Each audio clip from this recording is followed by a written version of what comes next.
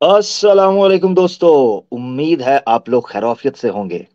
मैं हूं आमिर हक और आप सुन रहे हैं हमेशा की तरह आवाज़े हक। उम्मीद है दोस्तों आप लोगों तक आवाज जो है वो पहुंच रही होगी। और सबसे पहले मैं बड़ी माजरत चाहता हूं दोस्तों कि बड़ी ताखीर से मैंने इसको शुरू किया। नॉर्मली 7:15 बजे मेरी रूटीन होती है। फिर मैं इसको 8:30 पर लेकर गया Pakistan time, obviously India time 9 बजे। और उसके बाद इसको मैं शुरू कर रहा हूं अब तकरीबन इंडिया टाइम 9:30 बजे से भी ऊपर, और पाकिस्तान टाइम 9:08 एग्जैक्टली इस वक्त हो रहे हैं।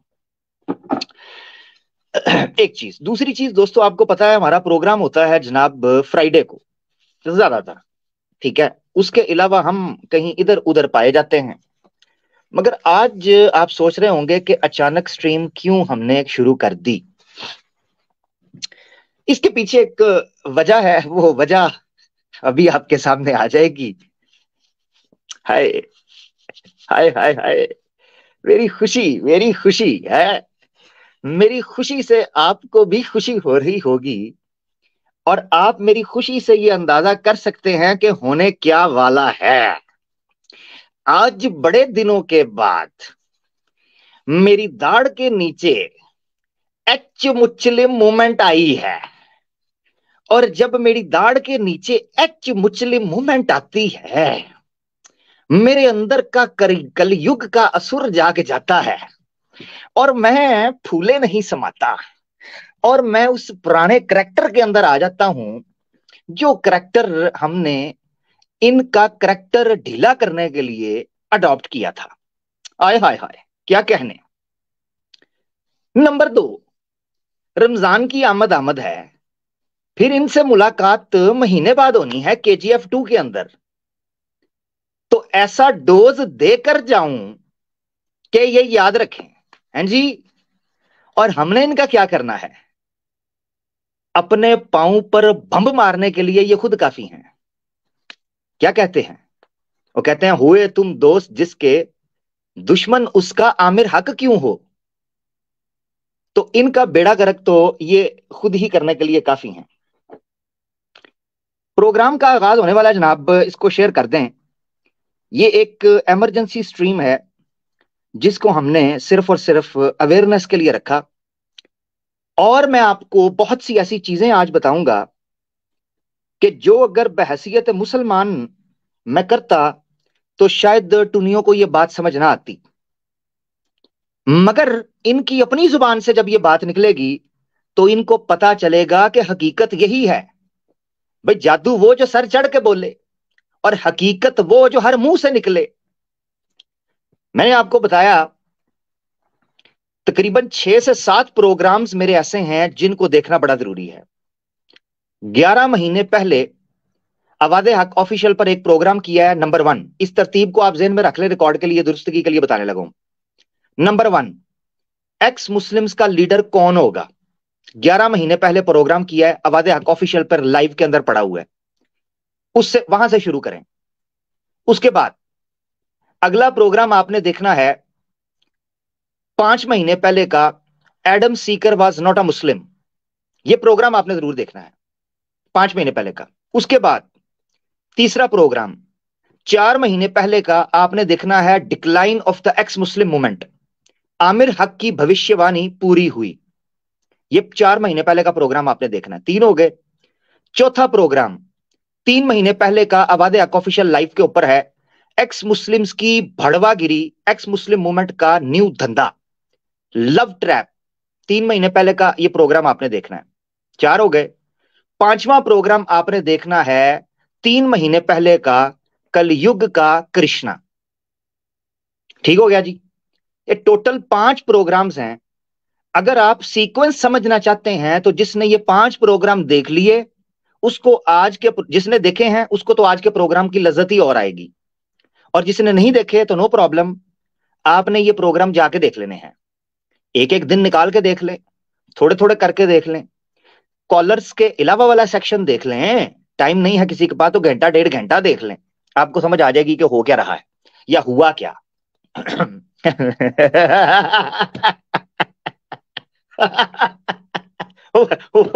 वापस वापस आ जाए, क्या कह दे, क्या कह दे। मैं कहता रहा, मैं कहता रहा, मेरी कोई नहीं सुनता था। मैं कान में बोला, मेरी कोई नहीं सुनता था। मैं स्पीकर में बोला, मेरी कोई नहीं मानता था।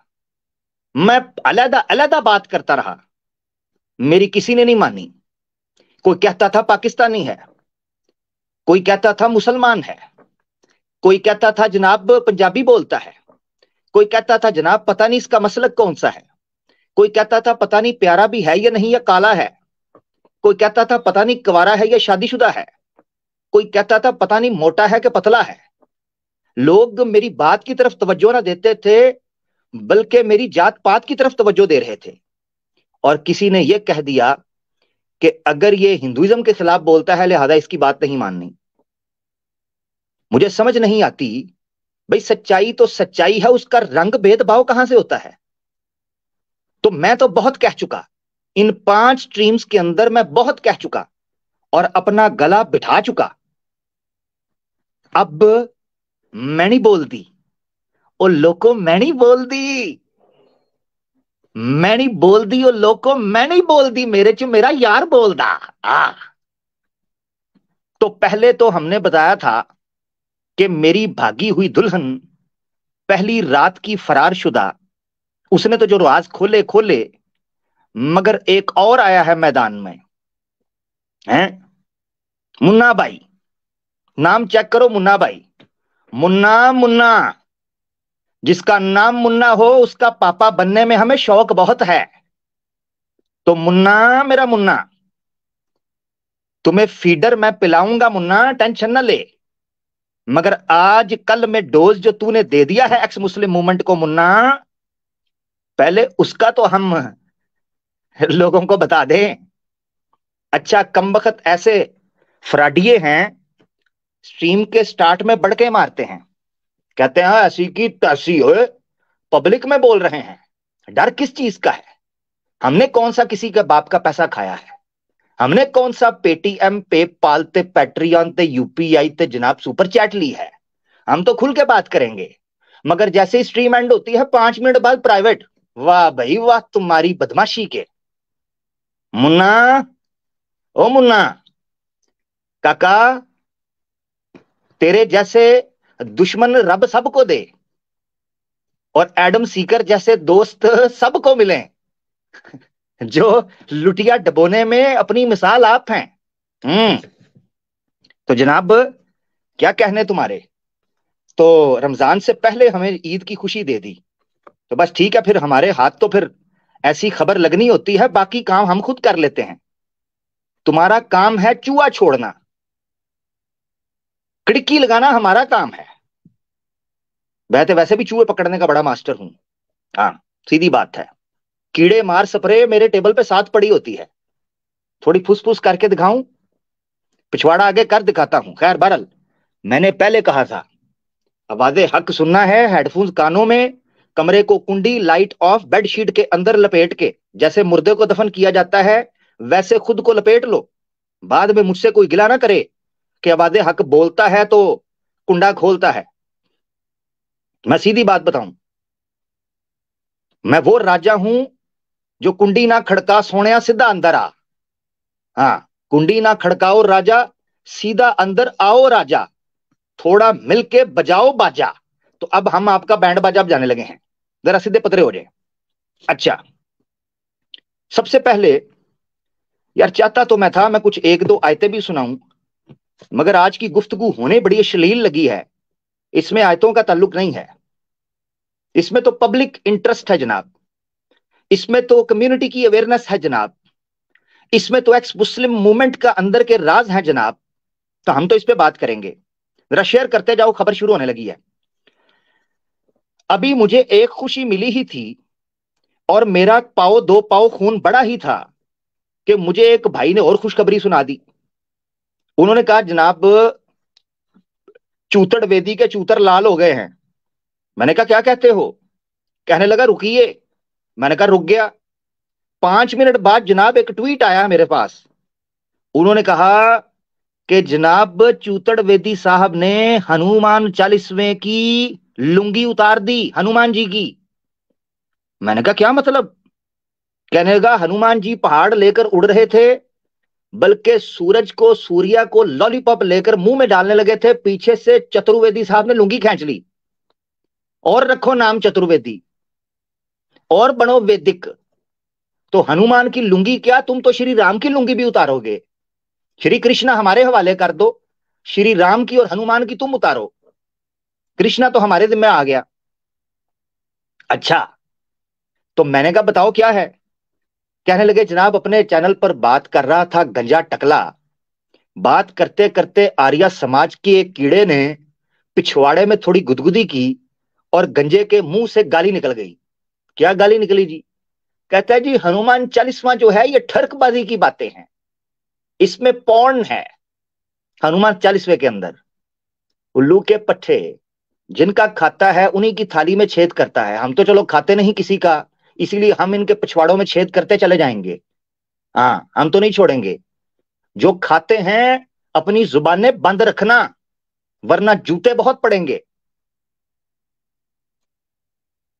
नमक हरामो, सरकार नमक खाया है, चल अब जूते खा। चूतड़ वेदी अब जूते खा, और वो भी चूतड़ पर खा जिस पर वेद रखता है। हाँ, उसी चूतड़ पर।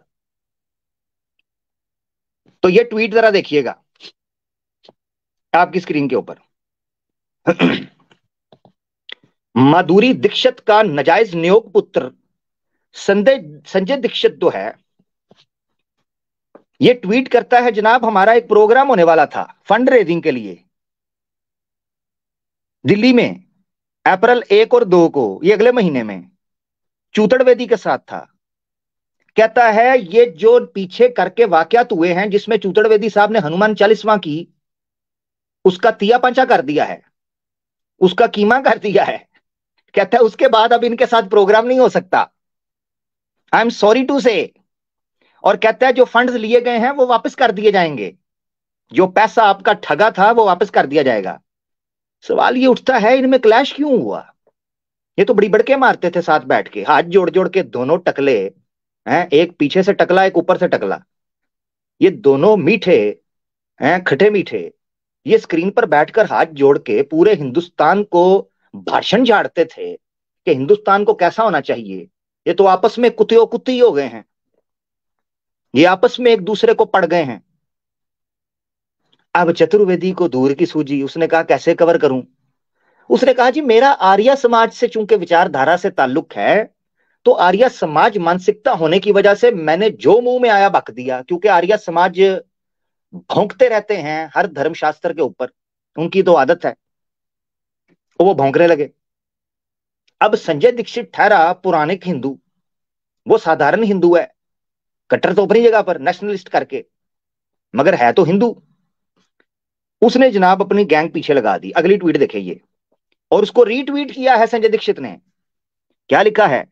कहते हैं जो लोग भी कमेंट में बदारू तुफैल के सपोर्ट में भिंडी रोना कर रहे हैं, कृपया ये भी देख लें आपके चूतड़ भेदिया ने अब हनुमान चालीसवा को पौन से भी कंपेयर कर दिया है। इथे रख, इथे रख, तीर मोरी दे विच चूतड़ वेदी ने आप कर दिता है। चूतड़ के अंदर तीर और वेद दोनों तुफैल ने घुसेड़ दिए, खुद दोनों घुसेड़ दिए। अब यही बात अगर मुसलमान करता तो फटाफट टैग कर करके ट्विटर के ऊपर, हैं जी इसको रिपोर्ट करो, इस चैनल को रिपोर्ट करो, इन्होंने मंजी ठोक कर रख दी हमारी, बिना तेल के रगड़ रहे हैं, इनको रिपोर्टें करो, आए मार गए, ले दे गए, कहीं उस मोहम्मद बिन कासम औरंगजेब आलमगीर ना आ जाए मम्मा, रोना धोना। और चूतड़ वेदी इसके आगे झुक झुक जाते हैं। वो पीछे उसने उस बड़े पेट वाले गंजे खुसरे की स्वामी दयानंद सरस्वती की तस्वीर लगाई होती है, उस हिजड़े की।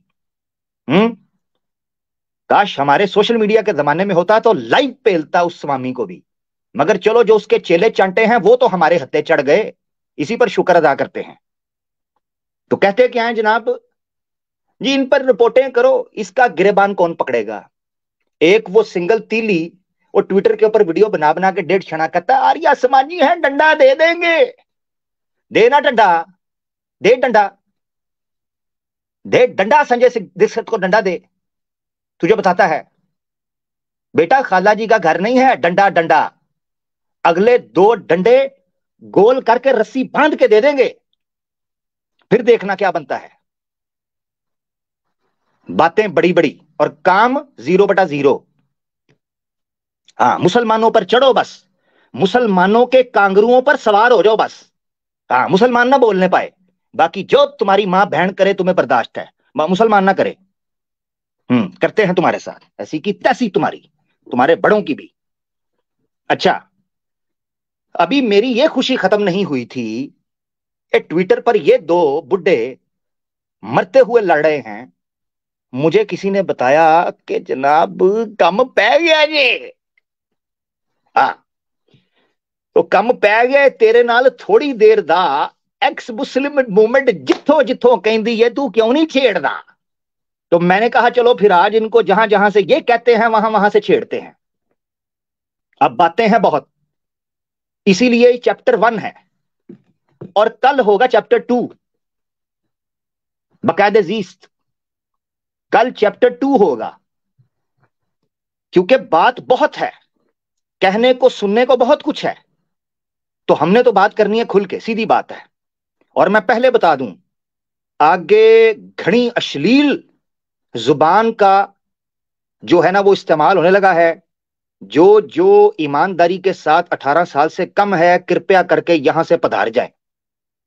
हाँ, ये ना पता चले कि स्ट्रीम खत्म हो और वहां से किसी की अम्मी की, किसी के अब्बू की, किसी के दादा की कॉल आ जाए, आमिर हक साहब आप ये क्या कर रहे हैं, लोंडे लपाड़ों को खराब कर रहे हैं। तो भाई मेरा कोई नहीं है, मैं पहले बता रहा हूं, यहां बातें होंगी नंगी, सीधी बात है। मैंने बीप बूप कोई नहीं करना, बीप बूप पीप पूप वो करे जिसको पीपे पूपे चाहिए। हाँ, इधर खुली बात होगी, मेरी जुबान नहीं होगी, इनकी जुबान होगी। क्यों पीपे पूपे करें हम, तो पीपे पूपे वो करें। और दूसरी बात, मैं इसको वीडियो की शक्ल में डालना चाहता था, मगर मसला ये है कि एक तो कम वक्त मुझसे रिकॉर्डिंग कोई नहीं होती, मैं अकेला बैठ के बोल नहीं सकता, और दूसरी बात मेरे लिए मुश्किल ये पड़ जाती है, ये यूट्यूब ने उसके ऊपर कम्युनिटी गाइडलाइन ठोक देनी थी और वो बात पहुंचनी नहीं थी, इसलिए पीप पूप कोई नहीं होगी, ये बीपे बूपे कोई नहीं, चक्कर खत्म। बात नंगी होगी, सीधी होगी, इनकी होगी। और मैं जो कहता था अब तुम कहते हो, मुझ पे गुस्सा था, इनका क्या है। और मैं उस हिंदू से पूछना चाहूंगा ये सारी बात, सिर्फ इस बंदे का नाम बदल दो, जो बात कर रहा है वही तो मैं कहता रहा हूं 5 महीने से, अपना 5 स्ट्रीम्स के अंदर 1 साल हो गया है, कम से कम 11 महीने। और ये याद रखो ए मुन्ना भाई, ये कुछ सादा बंदा नहीं है। हाँ, ये घर का भेदी है, अंदर का, इसीलिए इसको हल्के में मत लेना कि पता नहीं कौन आया कौन बोलकर चला गया। ना ना ना ना ना ना ना ना ना, ये पक्का पैरी खिलाड़ी है अंदर का, और ये जो कहता है सच कह रहा है। मुन्ना, हमें तुम पे विश्वास है भैया, तुम सो कह रहे हो सच ही कह रहे हो, 100%। अच्छा खैर, बहरहाल बात को ना ज्यादा खींचते हुए मैं तेजी से लेकर चलूंगा क्योंकि ऑडियो बड़ी लंबी है। अब मैं आपको नेक्स्ट स्टेप के ऊपर शेयर करते जाएं, मैं एक एक रिदम आपको समझाने लगा हूं। इससे पहले कि मैं आगे बढ़ूं, मैं आपको समरी देना चाहता हूं स्टार्ट के अंदर, ओवरऑल इस सिविल वॉर की समरी 6 नुक्तों के अंदर, 6 नुक्ते। तो पूरी की पूरी सिविल वॉर का क्रक्स 6 पॉइंट्स के अंदर निकल आएगा आपकी स्क्रीन के ऊपर। अभी मैं दिखा देता हूं फिर उसके बाद मैंने खुल के उस पर आपको सुनानी है चीजें इनकी जुबान से, और उस पर हम तबसरा करते चलेंगे। अपनी स्क्रीन पर देखें आप, शुरू होती है स्पॉन्सर्स का कर्म, चालू हुआ धर्म। पहला पॉइंट, मतलब समझाता हूं आपको। इस सिविल वॉर की सबसे बड़ी वजह यह है कि जैसे जैसे एक्स मुस्लिम्स बढ़ते गए, इन्होंने छोटे छोटे एक्स मुस्लिम अपने साथ जोड़े, उनको पता चला कि बड़े पैमाने पर पैसा दिया जा रहा है मगर वो ड्रेन नहीं हो रहा। पॉइंट समझे? समझाता हूं। पुष्पा मूवी के अंदर सिंडिकेट को डील करने वाला और वहां से निकालकर मुंबई में शिपमेंट करने वाला यह बताता था कि एक कंटेनर का आपको इतना पैसा मिलता है। पुष्पा भैया उस चीज को एक्सपोज करते हैं कि सारी चेक पोस्ट को खिला के, सारे इलाके की पुलिस को खिला के भी जो पैसा मैं लेके आया हूं ये तो आपको डबल चार्ज कर रहा है। फूट पड़ जाती है। पुष्पा भैया हाय ये कहता था, पुष्पा नाम सुन के फ्लावर समझी क्या? फ्लावर नहीं, फायर है मैं। यही बोलता था ना पुष्पा भैया। ये मेरी साहिल बचुंगड़ी यही बोलती थी। तो पुष्पा भैया तूने अपने ही लोगों को सी बना दिया ना। Real life Bollywood, real life. और दूसरा साथ मिलके, hello everyone this is your favourite birthday. लख लानत तेरे ते यसूदिये कुतिये।